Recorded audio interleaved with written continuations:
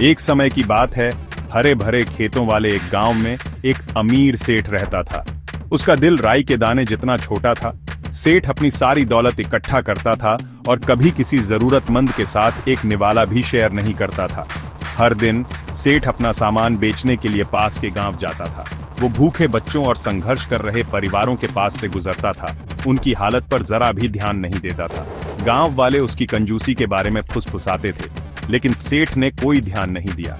वो मानता था कि उसकी दौलत सिर्फ उसकी है और वो उसे बड़ी ईर्ष्या से बचाता था।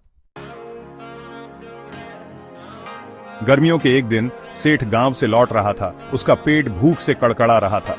वो अपने साथ खाना ले जाना भूल गया था। जैसे ही वो गांव वालों के घरों के पास से गुजरा, उसे उम्मीद थी कि कोई उसे खाना देगा, लेकिन गांव वालों को उसकी कंजूसी याद थी और उन्होंने मुंह फेर लिया। किसी ने उसे पानी की एक घूंट भी नहीं दी। मजबूर होकर सेठ की नजर पके हुए आमों से लदे एक आम के पेड़ पर पड़ी। उसने पेड़ पर चढ़कर अपनी भूख मिटाने का फैसला किया।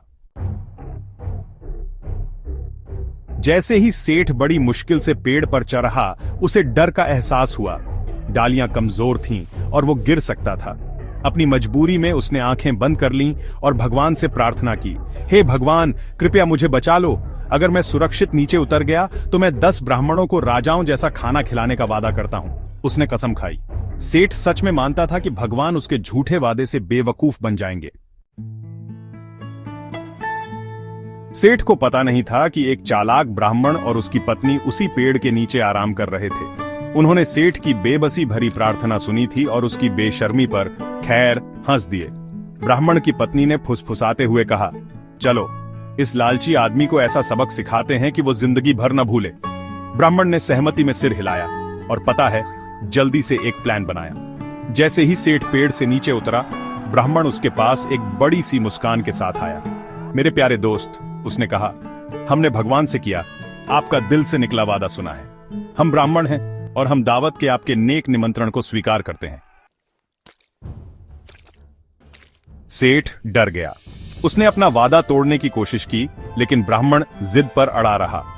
वो सेठ के घर तक उसके पीछे गया, यह सुनिश्चित करते हुए कि वो अपना वादा निभाए। सेठ हालांकि अनिच्छा से अपनी पत्नी को 10 ब्राह्मणों के लिए भव्य दावत तैयार करने का निर्देश दिया।